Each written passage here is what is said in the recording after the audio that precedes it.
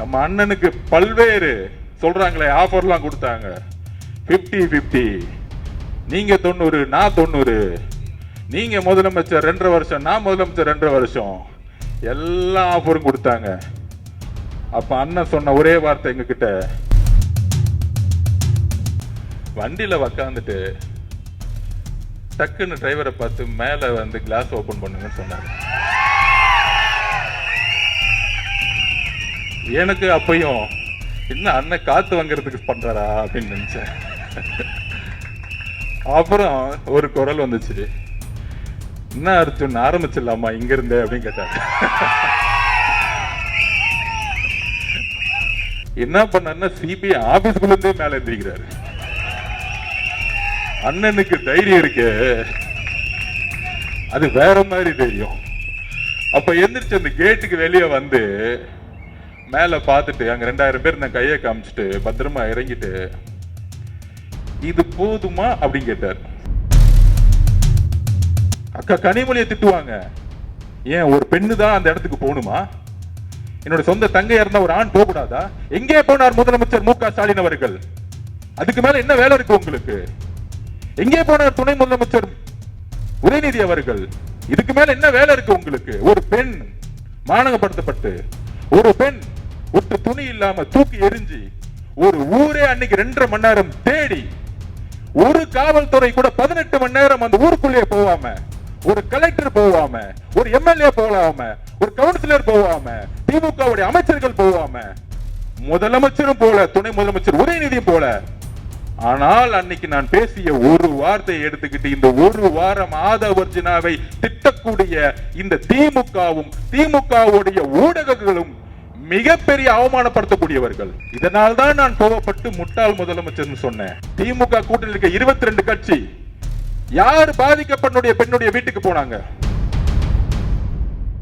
ஆக்சுவலா ஸ்டாலினை மாற்றி விட்டதே செந்தில் பாலாஜி தான் கொலை குற்றத்துல. நாளைக்கு இதுக்கு பின்னாடி என்ன அஜெண்டா இருக்குன்னு செந்தில் பாலாஜிக்கு தான் தெரியும். அவர் நம்மள எதிரியா நினைச்சிட்டு இருக்காரு. அவர் பேச விடாம நிப்பாட்டுறானா, நம்மள மக்களை கொன்னு கூச்சிட்டு ஒரு வாரமா நாடகம் ஆடி நம்ம மேல கொலைப்பள்ளி சொல்லி அதை சுப்ரீம் கோர்ட்ல நம்ம நிரூபிச்சது. அந்த ஜட்ஜிக்கே புரிஞ்சிச்சு மகேஷோட ஆக்டிங், அதுக்கப்புறம் செந்தில் பாலாஜியோட ஆக்டிங், காலையில உதயநிதியோட ஆக்டிங். உங்க மேல கொலைப்பள்ளி இருக்குன்னு டவுட் வந்தனாலதான் உங்களை கூப்பிட்டு என்கொயரி பண்ணிட்டு இருக்காங்க. ரஜினி சார் அவர்களுக்கு நான் பதிவு பண்ணக்கூடியது, அப்படி உங்களுக்கு நான் சொல்ல வேண்டிய நோக்கம் வேறு. உங்களுக்கு வருத்தம் ஏற்பட்டிருந்தால் என்னுடைய வருத்தத்தையும் என்னுடைய மன்னிப்பையும் பகிரமாக நான் கேட்டுக்கொள்கிறேன்.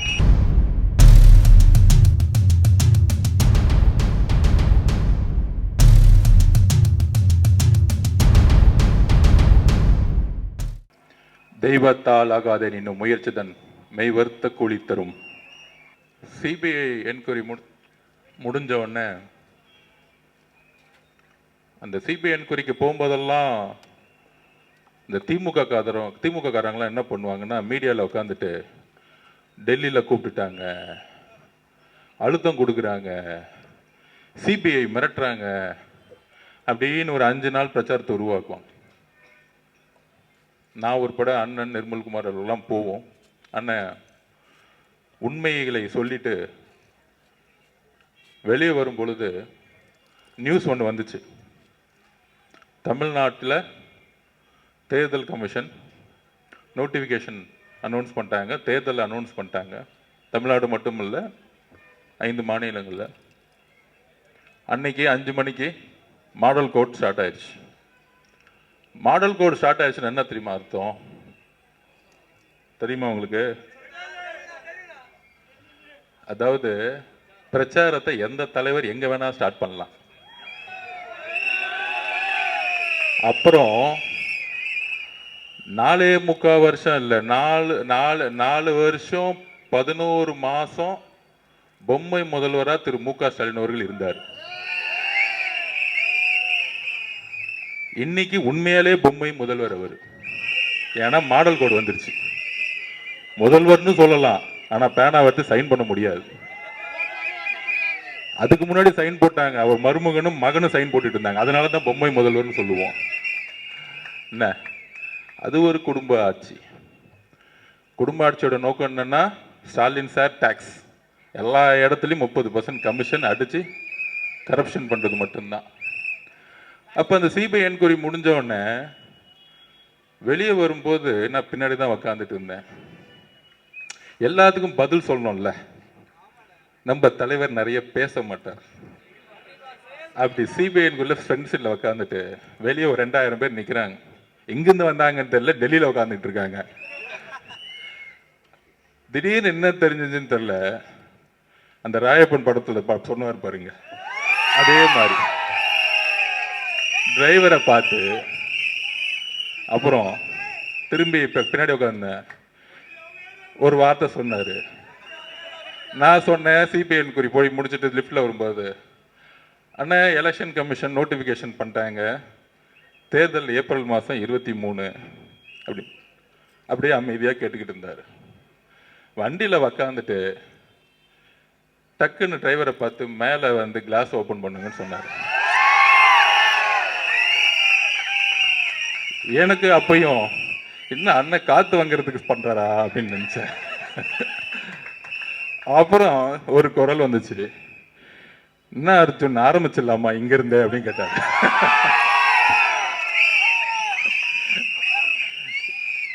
அப்பதான் புரிஞ்சேன், இந்த ஒரு வாரமா திமுக காதருங்க ஒரு நெரேட்டிவ் செட் பண்ணாங்களே, CBI office CBI office CBI ஆபீஸ்ன்னு. இந்த 8 மாசமா முதலமைச்சர் ஸ்டாலின் பார்த்து பயந்த ஒரே தலைவர் எங்களுடைய தலைவர். அவருக்கு இபிஎஸ் பார்த்தா பயம் இல்ல. அப்புறம் யாரோ ஒருத்தர் பிஜேபி தலைவராக ஒருத்தரை போட்டிருக்காங்க, பேர் கூட வர மாட்டேங்குது, மறந்து போச்சு. அந்த மாதிரி பல தலைவர்கள் சுத்திக்கிட்டு இருக்காங்க. எல்லாம் ஓகே, எல்லாம் திமுகவோட கூட்டணி போட்டு வச்சிட்டு இருக்காங்க. அண்ணா முதலமைச்சர் ஸ்டாலின் அவருக்கு ஒரே பயம், தலைவர் எப்பெல்லாம் வீட்டை விட்டு வெளியே வராரோ, மக்களை பார்க்க வராரோ, அதனால ஒரே பயம். அதுக்கு தான் செந்தில் பாலாஜியை கூப்பிட்டாங்க. நீ போய் ஒரு வேலையை பண்ணுன்னு சொன்னான். அவருக்கு கொஞ்சம் அறிவு கம்மி, அவரு அடிச்சுட்டு வரான்னு சொன்னாரு. இந்த படுபாவி கொண்டுட்டு வந்துட்டான், திருட்டு பையன். ஆக்சுவலா ஸ்டாலினை மாட்டி விட்டதே செந்தில் பாலாஜி தான் கொலை குற்றத்துல. நாளைக்கு இதுக்கு பின்னாடி என்ன அஜெண்டா இருக்குன்னு செந்தில் பாலாஜிக்கு தான் தெரியும். அவர் நம்மள எதிரியா நினைச்சிட்டு இருக்காரு. அவர் பேச விடாம நிப்பாட்டுறானா, நம்மள மக்களை கொன்னு கூச்சிட்டு ஒரு வாரமா நாடகம் ஆடி நம்ம மேல கொலைப்பள்ளி சொல்லி அதை சுப்ரீம் கோர்ட்ல நம்ம நிரூபிச்சது. அந்த ஜட்ஜிக்கே புரிஞ்சிச்சு மகேஷோட ஆக்டிங்க, அதுக்கப்புறம் செந்தில் பாலாஜியோட ஆக்டிங்க, காலையில உதயநிதியோட ஆக்டிங்க. என்ன பிரச்சனைனா, நம்ம தலைவர் ஆக்டிங் தெரிஞ்சு நம்பர் 1 ஆகி அரசியலுக்கு வந்துட்டாரு. இவங்களுக்கு ஆக்டிங்கும் தெரியல, அரசியலும் தெரியல,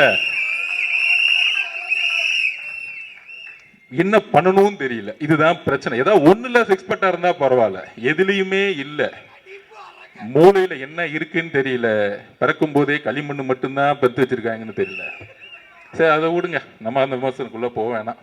நம்ம ஏதாவது ஒரு வார்த்தை சொன்னா அது 100 வார்த்தை ஆக்கி டிபேட் ஆக்கிட்டு இருக்காங்க.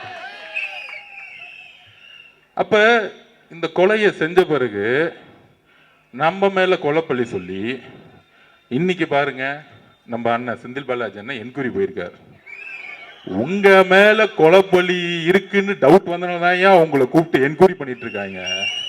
இவ்வளவுதான் சிம்பிள்.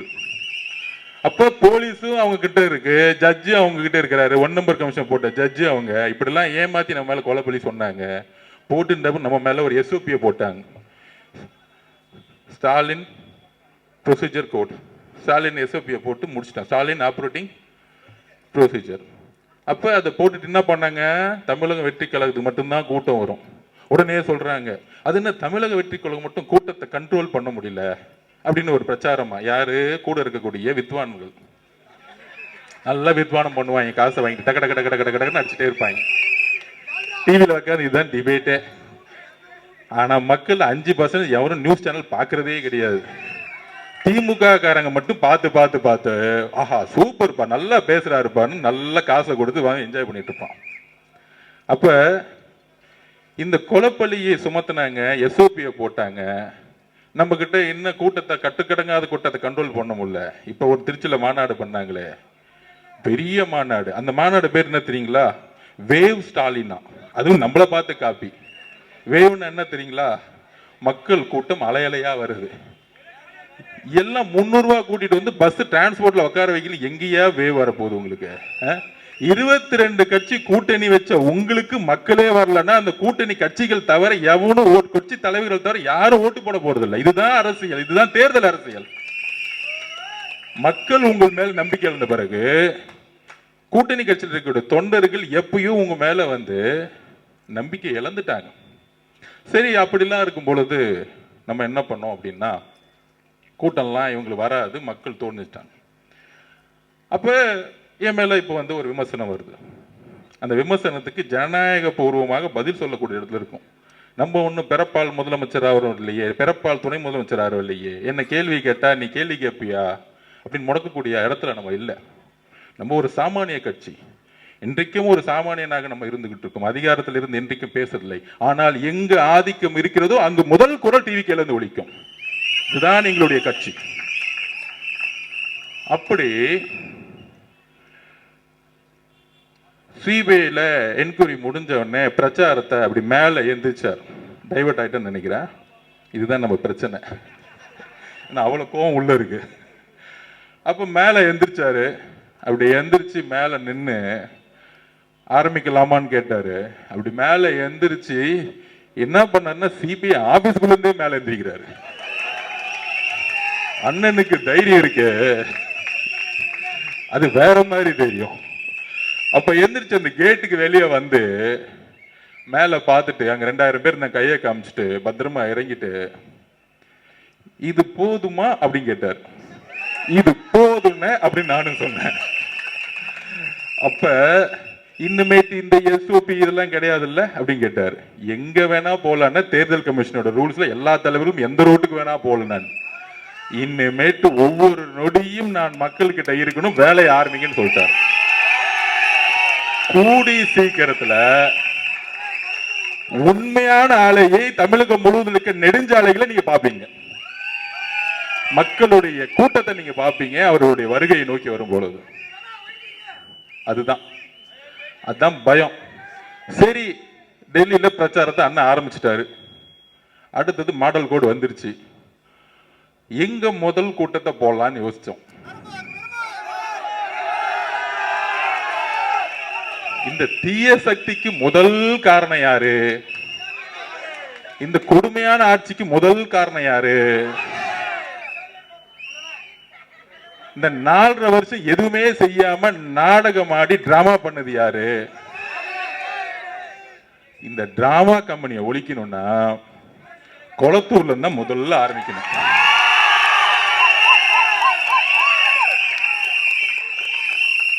எங்களுக்கெல்லாம் பயமே கிடையாதுயா. நீ என்ன வேணா பேசிக்கோ, அவதூறா பேசிக்கோ. ஆதவர்ஜனா இப்படி, ஆதவர்ஜனா குடும்பம் அப்படி, ஆதவர்ஜனா மாமனார் இப்படி, என்ன வேணா பேசிக்கோ. காதை கேட்காது, போய்கிட்டே இருப்போம். எங்க குறிக்கோள் என்ன? சென்ட் ஜார்ஜ் கோட்டையில அண்ணனை சைன் போட வைக்கணும். அவ்வளவுதான் எங்க குறிக்கோள். இந்த அள்ளு சில்லற பேசுறதுக்கெல்லாம் பதில் கொடுக்கலாம் எங்களுக்கு டைம் கிடையாது. மோதும் அப்ப இந்த திமுக வந்து எப்படி திசை திருப்பணுங்கிறதுக்கு நான் பதில் சொல்லணும். யாருக்காக பதில் சொல்லணும்? ஆதவர்ஜுனா பயந்துட்டாரு. 1000 கைகள் மறைத்தாலும் ஆதவனை மறைக்க முடியாது. நீ சூரியன்னா நான் ஆதவுடா. நான் யாருக்கும் பயப்படாது கிடையாது. 5 வயசுலயே எங்க அம்மாவுடைய சாவை பார்த்தவன் நான். இதுக்கு மேல எவனையும் பயன்படுத்த முடியாது. எழுதி வச்சுக்கோங்க. இந்த உலகத்துல தன்னுடைய தாயை சாவ 5 வயசுல பார்த்த ஒரு பையன் நான் தான். அது இதுலயே நான் அந்த பயத்துல இருந்து வெளியே வந்து இன்னைக்கு தமிழக மக்கள் முன்னாடி தைரியமா நிக்கிறேன்னா என் தலைவர் உண்மையா இருக்கிறாருங்கிற ஒரு வலிமை என்கிட்ட இருக்கு. என்கிட்ட எந்த போயும் கிடையாது. நான் யாரும் ஏமாத்தினது கிடையாது. எந்த கட்சிக்கும் துரோகம் செஞ்சது கிடையாது. நான் வேலை பார்த்தேன். அந்த இடத்துல உண்மை இல்லைன்னா நாங்க இருக்க மாட்டோம். அவ்வளவுதான் என்னுடைய வரலாறு. எங்க வேணா நான் போய் சொல்லுவேன். என்ன வேணா கேள்வி கேள்வி. அப்ப எங்க நம்ம சின்னவரான அசோக் அண்ணன் சொன்னாரு, நம்ம தோழர் 12 வருஷமா கூட இருக்கிறவர், அவருடைய உணர்வுக்கு பதிவு கொடுக்கணும் இல்ல. மீதி அள்ளு சில்லறைக்கெல்லாம் நான் பதில் சொல்லிடலாம், டைம் வேஸ்ட் பண்ண மாட்டேன். அப்புறம் அசோக் அண்ணன் நம்ம கூட 12 வருஷமா இருக்கிறவர். நான் அவரை பத்தி சொல்லணும். 40 வருஷம் மரியாதைக்குரிய ரஜினி சார் அவர்கள் கூட இருந்தவர், நம்முடைய அன்புக்குரியவர் அவர். அதுல எந்த விதமான கருத்து வேறுபாடும் கிடையாது, எனக்கும் கருத்து வேறுபாடு கிடையாது. அப்படி 12 வருஷமா பழகுனதுல ஒரு 30 நாளுக்கு முன்னாடி 2 மாசத்துக்கு முன்னாடியே சொன்னார், அரசியல்ல நான் வரணும்னு இருக்கேன், தலைவரோட 40 வருஷம் இருந்துட்டேன், என்னுடைய மனைவி என்னுடைய மகள்லாம் வந்து விஜய் சாருடைய ரசிகர்கள், டிவிக்கு கட்சியில் நான் வந்து சேர்ந்தா நல்லா இருக்குமா, நான் ரஜினி ரசிகர் மன்றத்திலிருந்து வந்தேன், எனக்கான மரியாதை இருக்குமா அப்படின்னு கேட்டார். நான் சொன்னேன், டிவிகே கட்சிக்கு வரணும்னா ஒன்னே ஒண்ணுதான் குவாலிஃபிகேஷன், உண்மையா இருக்கணும், நேர்மையா இருக்கணும், அப்புறம் தைரியமா இருக்கணும். இந்த 3 குவாலிஃபிகேஷன் தான், வேற ஒண்ணுமே கிடையாது. உங்க அப்பா மினிஸ்டரா, எம்எல்ஏவா, பணக்காரனா, கோடீஸ்வரனா, எந்த குவாலிஃபிகேஷனுக்கு அண்ணன் கிடையாது. இன்னைக்கு 234 வேட்பாளர்களை அண்ணன் உருவாக்குனாரு. அதுல பாதிக்கு மேற்பட்ட இல்ல, முக்காவாசி வேட்பாளர்கள் ஒரு ஆட்டோ ஓட்டுநர், ஒரு மீனவர், ஒரு விவசாயி, கையில 10 லட்சம் கூட கூட கிடையாது. ஆனால் அண்ணன் தேர்ந்தெடுக்கக்கூடிய வேட்பாளர்கள் யார் தெரியுமா? மக்களிடம் உண்மையாக நேர்மையாக ஒரு எம்எல்ஏ ஆன அடுத்த 5 வருஷம் மக்களை நேர்மையாக பார்க்கக்கூடிய ஒரு எம்எல்ஏ உருவாக்கிட்டு இருக்காரு. இதை புரிஞ்சுக்குவாங்க. எடுத்தோடனே உங்களை மாதிரி 50 கோடி இருக்குமா, 1000 கோடி செலவு பண்ண முடியுமா அவர் கேட்க மாட்டார். அப்ப நான் அசோக் சொன்னேன், சரிண்ணே அதெல்லாம் ஒண்ணும் இல்ல, நீங்க வாங்கன்னு சொன்னேன். ஏன்னா ரஜினி ரசிகர்களுக்கு தெரியல உண்மை என்னன்னு. இந்த சூழ்ச்சியில இப்ப நடுவில் பண்ணது யாருன்னு சொல்றேன், எக்ஸாம்பிளே சொல்றேன். அப்ப தலைவரை பார்க்க போறார் அசோக் அண்ணன். அசோக் ஒரு 5 பேர் அன்னைக்கு சேர்ந்தாங்க. நம்ம தனபால் சார் பையன்லாம் இருக்கார் பாருங்க, பழைய ஸ்பீக்கர், அவருடைய பையன்லாம் சேர்ந்தாரு. 4 பேரை பேசி முடிச்சாங்க. லாஸ்ட்ல தான் அண்ணன் போனார். என்னடா 40 நிமிஷமா பேசிக்கிட்டே இருக்காரு அவரும் ஒரு பையனும், என்னடா வெளியே வரவே மாட்டேங்கிறாரு அப்படின்னு. திடீர்னு கதவு திறந்து நான் பாக்குறேன், 3 பேரும் பயங்கரமா சிரிச்சுக்கிட்டு இருக்காங்க. யாரு? நம்ம தலைவர் விஜய் சாரும் அசோக் சாரும் பையனும் சிரிச்சுக்கிட்டே இருக்கிறாங்க. ஆமா, அப்ப என்னடா இது பயங்கரமா சிரிச்சிருக்காங்க. அப்போ வந்து சரி டிஸ்டர்ப் பண்ணோன்னு வெளியே வந்துட்டேன். வந்த பிறகு அசோக் சார்கிட்ட கேட்டேன், என்ன அப்படி பேசிட்டு இருக்கீங்க அப்படின்னு. நம்ம தலைவரை பத்தி தெரிஞ்சுக்கணும். அப்ப அவர்கிட்ட கேட்டிருக்காரு, நான் 40 வருஷம் தலைவர் ரஜினி சார் கிட்ட இருந்துட்டு வந்துட்டேன், என்ன உங்களோட அக்செப்ட் பண்ணுவீங்களான்னு கேட்டார். அப்புறம் இன்னொன்னு சொன்னார், டிசம்பர் 12ஆம் தேதி ஆனா நியூஸ் பேப்பர்ல நான் விளம்பரம் கொடுப்பேன், நான் அவரை போய் பார்ப்பேன், அதெல்லாம் உங்களுக்கு பிரச்சனையான்னு கேட்கும் பொழுது, உங்களுக்கு தலைவர் எப்படியோ அதே மாதிரி நான் சினிமாவில் இருக்கும்போது எனக்கும் ஒரு தலைவர்னு சொன்ன மனிதர் எங்களுடைய தலைவர். நீங்க போய் சிறப்பா செயல்படுங்க, உங்களுக்கு என்ன வேணும்னு கேட்டார். அப்ப அசோக் சார் சொன்னாரு, நான் ஹார்பர்ட் தொகுதியில் போய் வேலை பார்க்குறேன். யாரு? அண்ணன் பாருங்க, சேகர் பாபு தொகுதியில் போய் வேலை பார்க்குறேன். உடனே அப்ப சொன்னாரு, தாராளமா போய் வேலை பாருங்க அப்படின்னு கூப்பிட்டு அவருக்கு என்ன வேணுமோ பண்ணி கொடுங்க, கட்சியில அவருக்கு என்ன பொறுப்பு கொடுக்கணுமோ கொடுத்துருங்க அப்படின்னு சொன்ன தலைவர் எங்களுடைய தலைவர். இதெல்லாம் தெரிஞ்சுக்கணும். ரஜினி ரசிகர் மன்றத்திலிருந்து வந்தவருக்கு கட்சியில பொறுப்பையும் கொடுத்து அவருக்கான அங்கீகாரம் கொடுத்து மேடை ஏற்றிய ஒரே கட்சி நம்மளுடைய தமிழக வெற்றி கழகம். அப்ப நம்மளை டைவர்ட்லாம் எப்படி பண்ணுவாங்க, எப்படி போக்கஸ் பண்ணுவாங்க? அதுக்குதான் சென்னையில நடந்த ஆர்ப்பாட்டத்தை பத்தி பேசிட்டு இருந்தேன். அந்த ஆர்ப்பாட்டத்துல என்ன நடந்துச்சு? இது தலைவர் ரஜினி சார் அவர்களுக்கே தெரியும். அதை நான் வந்து எக்ஸ்பிளைன் பண்ண முடியல. என்ன எக்ஸ்பிளைன் பண்ணல? அன்னைக்கு 30 நிமிஷத்துக்கு மேல பேசிட்டு இருந்தேன், காவல்துறை நிப்பாட்டினாங்க. அதை டீட்டெயிலா நம்ம எக்ஸ்பிளைன் பண்ணோம்ல. அப்ப டீட்டெயிலா என்ன எக்ஸ்பிளைன் பண்ணோம்னா, இந்த பிரச்சனையை பத்தி எக்ஸ்பிளைன் பண்ணல. இந்த 5 வருஷமா என்ன கடுமையா திட்டுறாங்க, அதை பத்தி இல்ல. இந்த ஒரு வாரமா கடுமையான மன வலியில தலைவர் இருக்கிறாரு, நானும் இருக்கிறேன், இங்க இருக்கக்கூடிய பல்வேறு நிர்வாகிகள் இருக்காங்க, தமிழ்நாடே இருக்கு. அது என்னது? அன்னைக்கு ஆர்ப்பாட்டம் தமிழ்நாட்டிலே முதல் முறையாக தமிழகம் முழுவதும் உருவாக்கிய கட்சி நம்மளோட கட்சி. அந்த ஆர்ப்பாட்டம் எதற்கு? சட்டம் ஒழுங்கு பாதுகாப்பு. அதுல என்ன பிரச்சனை? தூத்துக்குடியில இந்த ஊடகங்களையும் ஒட்டுமொத்த தமிழக மக்களையும் எல்லோரையும் நான் வந்து கேட்டுக்கிறேன், வலியோடு கேட்கிறேன், தூத்துக்குடியில ஒரு 12th ஸ்டாண்டர்ட் 12ஆம் கிளாஸ் படிக்கக்கூடிய மாணவி 15 வயசு கூட ஆகல. டெல்லியில நிர்பயா பாதிக்கப்பட்டார், கற்பழிக்கப்பட்டார், கொல்லப்பட்டார், இந்தியாவே கொதித்து இருந்துச்சு. இந்த பிரச்சனையை திசை திருப்பதுக்கு தான் இவ்வளவு பெரிய நாடகம் 5 நாளா ஓடிக்கிட்டு இருக்கு. இதை சோசியல் மீடியா வாரியர்ஸும் புரிஞ்சுக்கணும், தமிழக மக்களும் புரிஞ்சுக்கணும். இந்த அவதூறான பிரச்சாரம் எனக்கு எதிராக ஏன் உருவாக்கப்பட்டது அப்படின்னா, இந்த தூத்துக்குடியோடைய மரணம் கொடூரமானது. அன்னைக்கு முதல் முறையாக தமிழக வெற்றி கழகம் தான் இதை உறுதியா சொன்னோம். தூத்துக்குடியில ஏற்பட்ட மரணம் எப்படிப்பட்டது? 6 மணிக்கு அடுத்த நாளே நான் தூத்துக்குடி போயிட்டேன், வீட்டுக்குள்ள போயிட்டேன். அப்ப அந்த அம்மா சொல்றாங்க, பக்கத்துல உங்க அத்தைக்கு கோவம் வருது, நம்ம மேலேயும் டக்குன்னு வந்து கோவப்படுறாங்க. நான் 5 நிமிஷம் பேசி முடிச்சேன்னு அமைதியா உட்கார்ந்தாங்க. அப்ப அவங்க உறுதியா சொல்றாங்க, என்னன்னா சொல்ல முடியல, வார்த்தைகள் வரல. அவங்க அம்மா சொல்றாங்க, என் பொண்ணு 6 மணிக்கு கழிவறை போறதுக்கு வீட்டை விட்டு வெளியே போனாங்க. அங்கிருந்து 50 மீட்டர் கூட கிடையாது. 7 மணி ஆச்சு, 7:30 மணி ஆச்சு, காணோம். காவல்துறை கிட்ட போறோம், போலீஸ் ஸ்டேஷன்ல, திருப்பியும் காணோம். சார், காவல்துறை கிட்ட போகும்போது திருப்பியும் முடியாதனால நாங்க தேடி தேடி பார்க்கிறோம், ஊர் மக்கள் ஃபுல்லா தேடி பார்க்கிறோம். அடுத்த நாள் 2:30 மணிக்கு கண்டுபிடிச்சிருக்காங்க அந்த குழந்தையோட உடலை. அந்த குழந்தையோட உடல்ல ஒட்டு துணி கிடையாது, கற்பழிக்கப்பட்ட பெண். இன்னும் 6 நாள் ஆச்சு, இன்னும் போலீஸ் கண்டுபிடிக்க முடியல. அக்கா கனிமொழி அக்கா போனாங்க, ஆனா ஊருக்குள்ள உடல. உடனே கனிமொழி அக்கா மேல வந்து ஒரு மீடியா வந்து அவங்கள உள்ள உடலன்னு பெருசா சொன்னாங்க. நான் கேட்கிறேன், எங்கு முதலமைச்சர் ஏன் அந்த இடத்துக்கு போல? ஏன் தூத்துக்குடிக்கு அந்த பெண்ணுடைய வீட்டுக்கு போல? இதனால்தான் நான் கோவப்பட்டு முட்டாள் முதலமைச்சர்னு சொன்னேன். அவர் மேல அவதூறு பரப்புறதுக்காக இல்ல, அவரை குற்றம் சொல்ல வேண்டதுக்காக கிடையாது.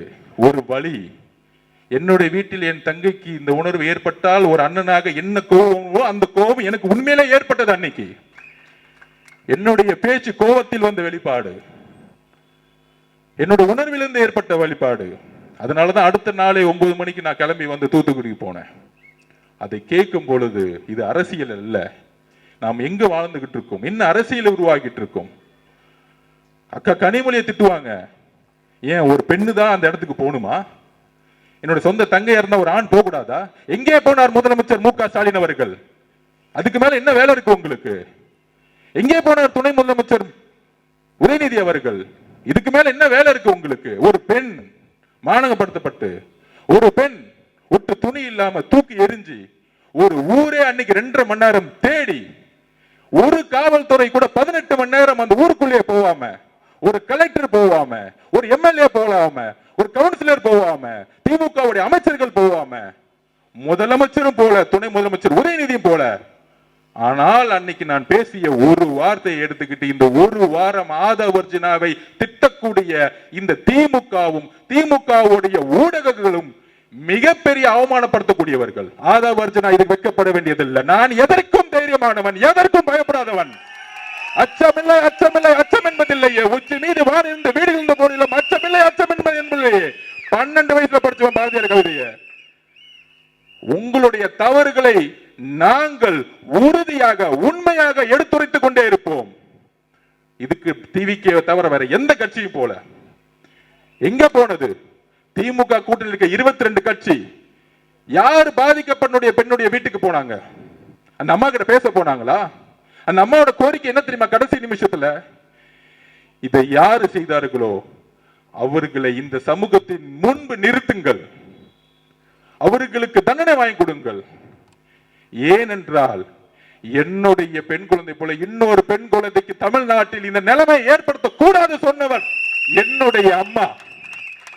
தூத்துக்குடியில் இருக்க பாதிக்கப்பட்ட அம்மா தன் குழந்தையை இறந்தாலும் அவர்கள் கவலைப்பட்டது இன்னொரு பெண் குழந்தைக்கு இந்த பிரச்சனை நடக்கக்கூடாதுன்னு பேசினாங்க என்கிட்ட. ஆனால் இதை மூடி மறைக்கணும். நிர்பயா சகோதரர் பாதிக்கப்பட்டது போல இந்த பிரச்சனையை தமிழக மக்களுக்கு கொண்டு போய் சேர்த்தக்கூடாது. தலைவர் ரஜினி சார் அவர்களே, உங்கள் மீது எங்களுக்கு எந்த வெறுப்பும் கிடையாது, உங்கள் மீது எங்களுக்கு அன்பு மட்டும்தான் இருக்கிறது. இதை நான் உறுதியாக பதிவிடுகிறேன். நான் ஒரு சாமானியன், அதிகாரம் என்கிட்ட இல்ல, பணபலம் இல்லை. நான் இன்றைக்கும் ஒரு சாமானியன், ஒரு சாதாரண விவசாய வீட்டில் பிறந்த உணர்வு தான் இன்னைக்கும் இருக்கு. எல்லா தொழிலையும் தூக்கி போட்டு வந்துட்டேன். எனக்கு வேற எதுவும் இல்ல, எந்த நாதியும் இல்ல. ஏன் என்னுடைய குடும்பமே என்னுடைய அரசியலுடைய முடிவுகளுக்கு எதிராக இருக்கிறது. எல்லோரையும் தூக்கி போட்டிருக்கோம். ஏன்? நான் உண்மையாக மக்களிடம் இருக்க வேண்டும் என்ற உணர்வு எனக்கு இருக்கிறது, என்னுடைய தலைவருக்கு இருக்கிறது. அவதூறுகளை பத்தி கவலைப்படல. 5 வயசுல என்ன அனாதன்னு சொன்னாங்க, 12 வயசுல என்ன குறிக்கோள் இருக்கும் போது நீ ஏழைன்னு சொன்னாங்க, 16 வயசுல பொலிட்டிகல்ஸ் படிக்கும் போது உனக்கு எதுக்கு இந்த வீண் வேலை பொலிட்டிகல் சைட் படிக்கணும்னு சொன்னாங்க. திமுக நான் வேலை செய்யும் போது உன்னாலெல்லாம் ஜெயிக்க வைக்க முடியுமான்னு என்ன பார்த்து கேட்டாங்க. டிவிக்கு வரும்பொழுது நீ என்ன சாதிப்பன்னு கேட்டாங்க. என் தலைவர் இருக்கிறார், உண்மை இருக்கிறது, என் கட்சியுடைய தொண்டர்களும் மக்களும் இருக்கிறார்கள், நாங்கள் உறுதியாக சாதிப்போம். எம்ஜிஆரிடம் இருந்த உண்மை எங்களுடைய தலைவர்கிட்ட இருக்கு. அப்ப தமிழக மக்களே, எதனால என்னுடைய வார்த்தைகள் மாறியது? என்ன பிரச்சாரத்தை திமுக உருவாக்கியது? மற்ற கட்சிகள் எதனால உருவாக்கிறாங்க? நாம் எந்த காலகட்டத்தில் நம்ம இருக்கிறோம் யோசிச்சு பாருங்க. நான் இன்றைக்கு உறுதியாக சொல்லுகிறேன், இன்றைக்கு நோன்பு மாதம். இஸ்லாமிய தோழர்களும் கிறிஸ்துவ தோழர்களும், இஸ்லாமிய தோழர்களே, கிறிஸ்துவ தோழர்களே, தமிழக மக்களே, நாம் உறுதியாக சொல்கிறோம், 234 தொகுதியில் நாம் தனியாக களமாடுகிறோம். உண்மையான இஸ்லாமிய சகோதரர்கள், உண்மையான கிறிஸ்தவர்கள் நாம் உண்மையாக இருக்கிறோம். நம்ம அண்ணனுக்கு பல்வேறு சொல்றாங்களே ஆஃபர்லாம் கொடுத்தாங்க. 50-50, நீங்க 90, நான் 90, நீங்க முதலமைச்சர் 2.5 வருஷம், நான் முதலமைச்சர் 2.5 வருஷம், எல்லா ஆஃபரும் கொடுத்தாங்க. அப்ப அண்ணன் சொன்ன ஒரே வார்த்தை எங்க கிட்ட, எனக்கு ஆஃபர் தேவையில்லை, தமிழக மக்களுடைய உண்மையான நம்பிக்கையை, என்றைக்கும் தமிழக மக்களுடைய நம்பிக்கையை, நான் உருவாக்கக்கூடிய அரசு மத சார்பற்ற சமூக நீதிக்கான அரசை உருவாக்கக்கூடிய ஒரு வலிமையை தமிழக வெற்றி கழகம் உருவாக்கும் சொன்னது எங்களுடைய தலைவர் விஜய் அவர்கள். முதலமைச்சர் பதவியை ஆசைப்பட்டு டெல்லிக்கு அடிப்பணி வர எங்களுடைய தலைவர் அல்ல. பராசக்தி ரிலீஸ் ஆனோம்னா போய் ஹோம் மினிஸ்டர் பார்த்துட்டு உதயநிதி ஒரு போன் கால் பேசி ரிலீஸ் பண்ணவர் எங்க ஆள் கிடையாது. இன்றைக்கும் எங்களுடைய படம் லீகல் லிட்டிகேஷன் இருக்கு. இஸ்லாமிய தோழர்களே, கிறிஸ்துவ தோழர்களே, நீங்கள் புரிந்து கொள்ளுங்கள். முதலமைச்சருடைய மகனுடைய, தன்னுடைய பேரனுடைய பராசக்தி படம் ரிலீஸ் பண்ணப்பட்டது. ஜனநாயகர் படம் என்றைக்கு வரைக்கும் நிப்பாட்டப்பட்டதுக்கான காரணம் அரசியல் தான். இது அரசியல் தான். இந்த அரசியலை தைரியமாக எதிர்கொள்ளக்கூடிய ஒரே தலைவர் எங்களுடைய தலைவர் விஜய் அவர்கள். எந்த எக்ஸ்ட்ரீம் போறேன்னு சொல்லிட்டாரு அவரு. அவரை எப்பொழுதும் யாராலும் அடிமைப்படுத்த முடியாது. ஏனென்றால், திருப்பி நான் பதிவு சொல்றேன், இந்த கூட்டணி கணக்குகள் 2026ஆம் ஆண்டு தூள் தூளாக்கப்படும். ஒரு சிங்கம் ஆடுடன் சேர்ந்து பாதுகாப்பை கொடுக்க முடியாது மக்களுக்கு. நம்மளுடைய தலைவர் சிங்கம். நாம் ஒரு மிகப்பெரிய ஆட்சியை உருவாக்க, பெரியாரோடைய கொள்கையை உருவாக்க, அம்பேத்கருடைய கொள்கையை உருவாக்க, நாம் ஒரு மிகப்பெரிய அரசியலை உருவாக்கிட்டு இருக்கோம். நம்பர் 1. அப்புறம் அன்னைக்கு ஆர்ப்பாட்டத்தில் பேசும்போது நான் தெளிவா பேசினேன். என்ன பேசினேன்? எப்பெல்லாம் திமுகவை எதிர்த்து ஒரு சக்தி வருகிறதோ, ஃபர்ஸ்ட் எம்ஜிஆர் அவர்கள் கடுமையா 5 வருஷம் போராடி பார்த்தாங்க. செங்கோட்டையனை கேட்டு பாருங்க, அடிச்சாங்க, விரட்டினாங்க, எல்லாம் பண்ணாங்க. ஆனா கடுமையா மக்கள் ஆதரவோட வெற்றி பெற்றுட்டாங்க. அன்னையில இருந்து அவர் உயிரோட வரைக்கும் ஜெயிக்க முடியல. அடுத்து ஜெயலலிதா அம்மா வந்தாங்க. அவங்க மேல கடுமையான அடி அடிச்சாங்க. உடல் மொழி எல்லாம் கேவலமா பேசி பார்த்தாங்க, ஜெயிச்சிட்டாங்க. திருப்பி என்ன பண்ணிட்டாங்க? 97, 98 அவங்க ரிசைன் பண்றான்னு அவங்க லெட்டரை வெளியிட்டு போலியா பரப்பினாங்க, பயந்துட்டு. திருப்பி 2001 வந்துட்டாங்க. அந்த அம்மா இருக்கிற வரைக்கும், கருணாநிதி ஐயா இருக்கிற வரைக்கும் தமிழ்நாடு சூழ்நிலை வேற மாதிரி இருந்துச்சு. அதுக்கப்புறம் எத்தனை பேர் வந்தாங்க? முக்கியமா திரைத்துறையில இருந்து எம்ஜிஆருக்கு அப்புறம் வந்தவங்க எல்லாமே என்ன செஞ்சாங்க? ஃபர்ஸ்ட் நம்ம கேப்டன் விஜயகாந்த் அண்ணன், நமக்கு பிடிச்சவர், அன்பானவர், நல்லவர், வலுவானவர். என்ன அவதூறு சொற்களை சொல்லி, என்ன கட்டமைப்பை உருவாக்கி, என்ன பிரச்சாரத்தை உருவாக்கி, நான் மிரட்டல் சொன்னது ஒருத்தர் நேரா கூப்பிட்டு மிரட்டுறது கிடையாது. அவதூறு பிரச்சாரங்கள், கீழ்த்தரமான பிரச்சாரங்கள், தனிப்பட்ட முறையில் பிரச்சாரங்கள், இதையெல்லாம் உருவாக்கி அவரை வந்து எந்த அளவுக்கு வீழ்த்தினாங்கன்னு தெரியும் உங்களை. இதுதான் நான் பதிவு பண்ணேன்.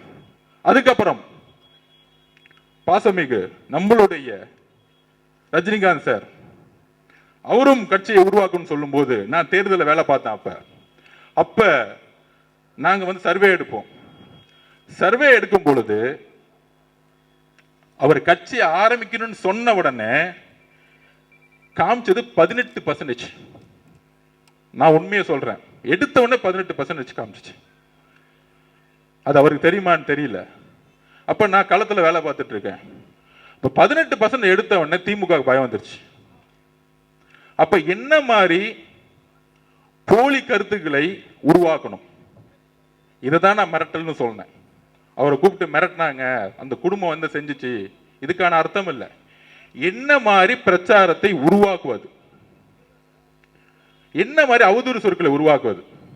அன்னைக்கு உதயநிதி அவர்கள் இதே ரஜினி சார் மேல என்ன மாதிரி குற்றச்சாட்டுகளை தன்னுடைய ட்விட்டர் எல்லாம் போட்டார், எவ்வளவு அசிங்கமா பேசினார். பாஜக பி டீம் மிரட்டி தான் பாஜக கொண்டு வந்தாங்க. இதையெல்லாம் உருவாக்குனது திமுக. அதுக்கப்புறம் இபிஎஸ் முதலமைச்சர் அதிமுக கடுமையான சொற்கள்ல பேசினார். என்னெல்லாம் பேசினார் இன்னைக்கு சமூக வலைத்தளத்துல வந்துருச்சு. இந்த மாதிரி கூட்டணி கட்சிகள் இவங்க எல்லாம் சேர்ந்து ஒரு சக்தி வரும் பொழுது, ஒரு சிஸ்டம் மாத்தணும்னு சொல்லும் போது, ஊழல ஒழிக்கணும்னு சொல்லும் பொழுது, அவரு வந்து இங்க வந்து காசு எடுக்க வரல. ஏன்னா அவரு நல்லா சம்பாரிச்சிருந்தார். அப்ப ஒரு சூழ்ச்சிகளை தன்னுடைய சமூக வலைத்தளம் மூலியமாகவும் தன்னுடைய கட்சியுடைய கட்டமைப்பாகவும் உருவாக்கி பல்வேறு அழுத்தங்களை வெளியிலிருந்து கொடுத்தாங்க. அப்போ ஒருத்தர் ஒரு நல்ல மனசு கொண்டவர் வரும் பொழுது என்னெல்லாம் பிரச்சாரத்தை உருவாக்கணுங்கிறத என்னுடைய பதிவு. அவரை சிறுமைப்படுத்த வேண்டுமோ இல்ல அவர் பயந்துட்டாரோ சொல்ல வேண்டிய அர்த்தம் கிடையாது. இந்த திமுகவுடைய சூழ்ச்சிகளை அன்றைக்கு நான் பதிவு பண்ணேன். அதற்கு அப்புறம் வைகோ அவர்கள் எவ்வளவோ பேரை தன்னுடைய சூழ்ச்சி அரசியல்னால எல்லா விதமான பிரச்சாரங்களையும் உருவாக்கி என்ன செஞ்சாங்கிறத பதிவு பண்ண. அதுதான் என்னுடைய நோக்கம். அப்ப இதை சொல்லி முடிச்சுட்டு வர்றதுக்குள்ள உடனே அந்த வார்த்தையை எடுத்து அதுக்கு ஒரு பல்வேறு பிரச்சாரங்களை உருவாக்குவாங்க. ஏன் தூத்துக்குடியோடைய அந்த பெண்ணுடைய சாவுல இருந்து வெளியே வரணும். இப்ப 6 நாளா அதை பேசல பாத்தீங்களா? நம்ம உடனே நம்மளோட சோசியல் மீடியா வாரியா ரஜினி சாருக்கு பதில் கொடுக்கிறோம், நம்ம பதில் கொடுக்கிறோம், நம்ம அடுத்தடுத்த வேலையை நான் பார்த்துட்டு இருக்கேன். அப்ப இது உருவாக்கக்கூடிய வலிமை திமுக கிட்ட இருக்கு இந்த பொய் பிரச்சாரம். ஆனா புதுசா என்னன்னா இதுல பாஜகவும் திரு இபிஎஸ் அவர்கள் சேர்ந்துக்கிட்டாங்க. ஏன் சேர்ந்தாங்க? அன்னைக்கு ரஜினி சார் கட்சி ஆரம்பிக்கும் பொழுது கடுமையா விமர்சனம் பண்ணது இபிஎஸ். ஆனா இன்னைக்கு சொல்றாரு, அவரை பொத்து புகழ்ந்துட்டு இருக்கார். இந்த சூழ்ச்சி நமக்கு தெரியுமா? நமக்கு தெரியாது. நம்ம ஒரு தூய உள்ளம். அதையே மீறி இன்றைக்கு ரஜினி சார் கிட்ட ஒரு அறிக்கை வந்துச்சு. ரஜினி சாருக்கு எல்லா உண்மைகளும் தெரிஞ்சிருக்கலாம். ஆனால் இந்த விவாதங்கள் இதெல்லாம் பார்த்து அவரு தன்னுடைய மனசுல தப்பா நினைக்கிறதுக்கான வாய்ப்பு இருக்குன்னு அவர் அறிக்கையை பார்த்து தெரிஞ்சுக்கிட்டேன். எங்களுடைய பாசத்துக்குரிய ரஜினி சார் அவர்களே, எங்களுடைய தலைவருக்கும் நீங்கள் தலைவர் அப்படின்னு அசோகன் என்ற சொன்னார். எங்களுடைய தலைவருடைய நிலைப்பாடும் தான் எங்களுடைய நிலைப்பாடும். அப்ப இந்த சூழ்ச்சிகளுக்கெல்லாம் ஏன் நடந்துச்சுன்னு சொல்லக்கூடிய இடத்துல நான் இருக்கிறேன். தூத்துக்குடியோடைய என்னுடைய தங்கை கற்பழிக்கப்பட்டு இன்னைக்கு வந்து செத்து போய் 6 நாள் ஆயும் அவனுடைய குடும்பம் இன்னைக்கு நட்டோட்ல நின்றுட்டு இருக்கு. இதை திசை திருப்பதுக்கு தான் இந்த பிரச்சாரம்.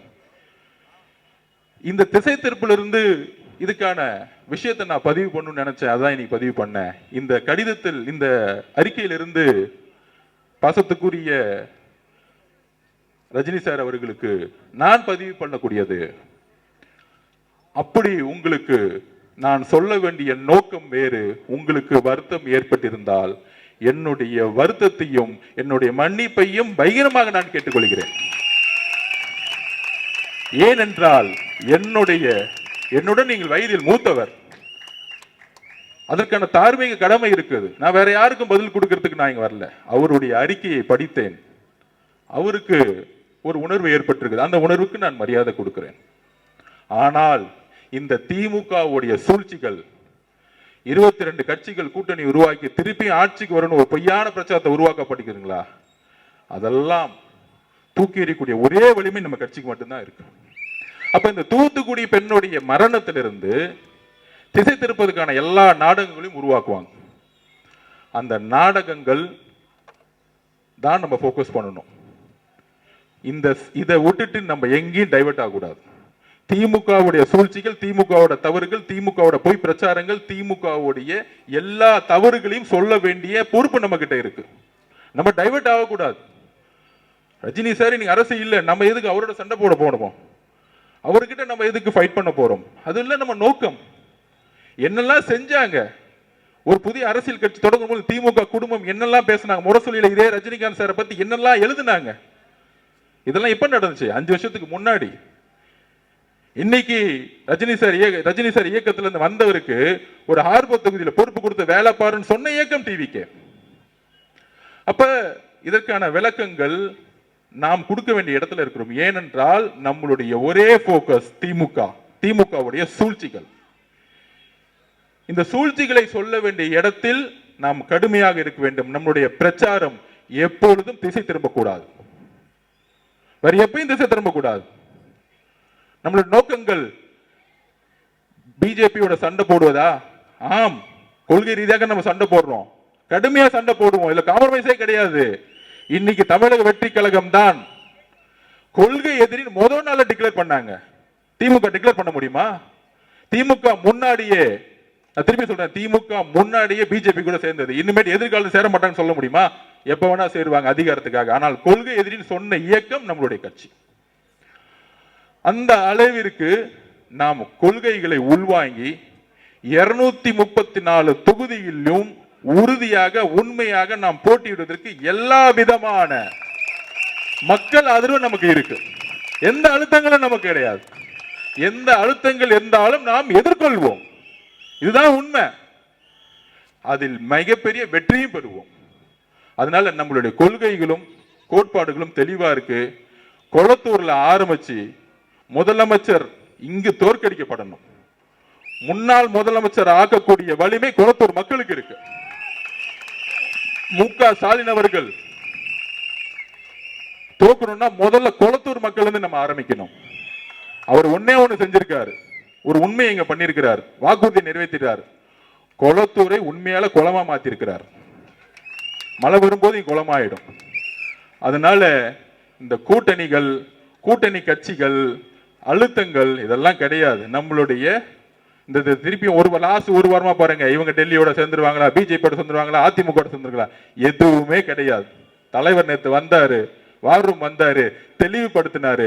நம்ம முதல் நாள்ல மாநாட்டில் என்ன சொன்னனோ இன்னைக்கும் அந்த உறுதியில் தான் இருக்கேன். சிஎம்ஏ ஆஃபர் கொடுத்தாலும் எனக்கு தேவையில்லை. தமிழக மக்களுடைய நம்பிக்கையில தான் நான் உறுதியாக இருப்பேன், உண்மையாக இருப்பேன். வெறும் பதவிக்காக வரல, மக்களிடம் உண்மையாகவும் நம்பிக்கையாகவும் நான் இருப்பேன்னு சொல்லியிருக்கிறார். அதனால நம்மளுடைய போக்கஸ் எங்க இருக்கணும்?